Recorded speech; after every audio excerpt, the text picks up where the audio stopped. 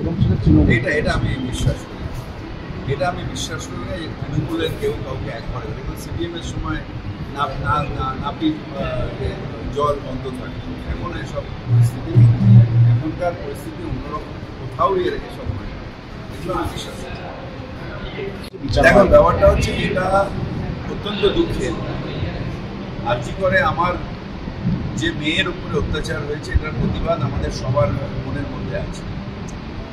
এটা নিয়ে কোনো দ্বিমত নেই যে দোষীর শাস্তি চাই, সবাই আমরা বলছি, কিন্তু পলিটিক্যালাইজ করে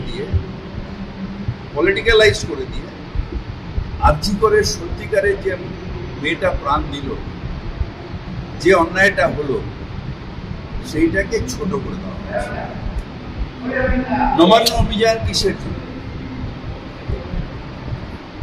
মমতা বন্দ্যোপাধ্যায় বলেছেন আর্জি করেন প্রকৃত দোষীর শাস্তি চাই। তারা হাইকোর্টে গেছে, হাইকোর্টে গিয়ে তারা বলেছে পুলিশের উপর বিশ্বাস নেই, আমরা সিবিআই তদন্ত চাই। সিবিআই তদন্ত করেছে, চার্জশিট দিয়েছে, সাজা ঘোষণা হয়েছে। সেই সাজায় আমরা সন্তুষ্ট নই। আমরা বিশ্বাস করি যে এটা যদি পুলিশ তদন্ত করতো তাহলে আমরা ফাঁসির হুকুম পেতাম, কিন্তু রাজনৈতিক কারণে তারা, যারা সব ব্যাপারে রাজনীতি করার জন্য হাইকোর্টকে ব্যবহার করেন, তারা কোর্টে গেছে, সিবিআই হয়েছে, আমাদের কোনো বক্তব্য নেই কোর্টের রায়ের বিরুদ্ধে।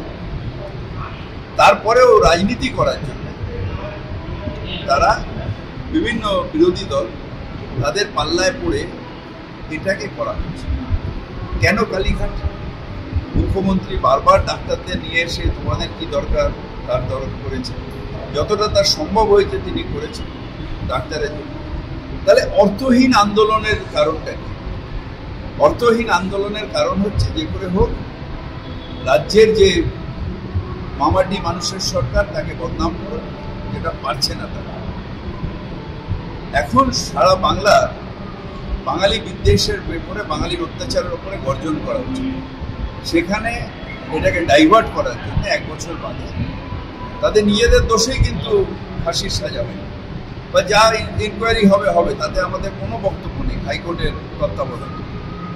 কিন্তু এইটাকে ঘোরানোর জন্য বিজেপির পায়ে পা মিলিয়ে অন্য বিরোধী দল তারা এটাকে ডাইভার্ট করছে। এটা অনেক বড়। নিশ্চিতভাবে আর্জি করে ফাঁসি চাই, এটা আমাদের মনের কথা, কিন্তু হয়নি।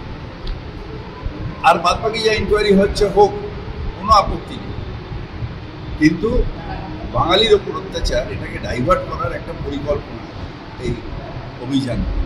বলছি শুভেন্দু অধিকারী বারবার বলছেন যেটা বিরোধী দলনেতা একটি দলের পক্ষ থেকে উপস্থিত রয়েছেন, বিজেপির পতাকা নিয়ে কিন্তু কর্মীরা আসছে, তারপরে কি আন্দোলন অরাজনৈতিক বলা যায়? এটা হচ্ছে যে যেহেতু হোঁচট খেয়ে পড়েছে তাই ডাইভার্ট করছে। কিসের অরাজনীতি?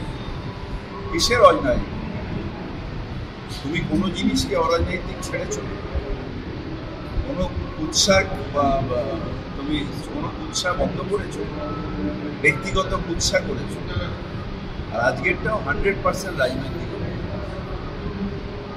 আর মেয়ের মা, মানে রাজ্যপালের মৃত তরুণীর মা কালকেও বলেছেন যে ওনারা মুখ্যমন্ত্রী পদত্যাগ চান এই 1 বছরের মাথায়। দেখুন, মানুষ মুখ্যমন্ত্রীকে মুখ্যমন্ত্রী করেছে। মুখ্যমন্ত্রীর বিরুদ্ধে যারা রাজনীতি করেছে, যে পার্টিরা দিয়েছে, তারা যদি সংখ্যাগরিষ্ঠতা করছে। আমরা এমএলএ, আমরা বলছি উনি আমাদের মুখ্যমন্ত্রী হবেন, বাংলার মানুষ বলছে। পদত্যাগ কোনোভাবে হয় না। আমার মনে হয় ওনাকেও প্রথম দিন থেকে মিসগাইডেড করা হচ্ছে। রাজনৈতিক অভিসন্ধির মধ্যে উনিও সামিল হয়ে যাচ্ছেন, এটা বাঞ্ছিত না। আমরা সবসময় চাই তার মেয়ে এত বড় ঘটনা ঘটেছে, তার প্রতি আমাদের সমান সমবেদনা আছে। আমরা চাই উনি রাজনৈতিক থেকে নিরপেক্ষ থাকেন। মুখ্যমন্ত্রী তার বাড়িতে গিয়ে দেখা করেছেন, সব রকম সাহায্যের আশ্বাস দিয়েছেন। তারপরেও তিনি কিছু রাজনৈতিক দলের পাল্লায় পড়ে কোর্টে গেছেন, তারপর সেখানে সিবিআই হয়েছে, আমাদের কিছু করার নেই। কিন্তু এটা অভিপ্রেত নয় যে ঘটনাটা ঘটছে।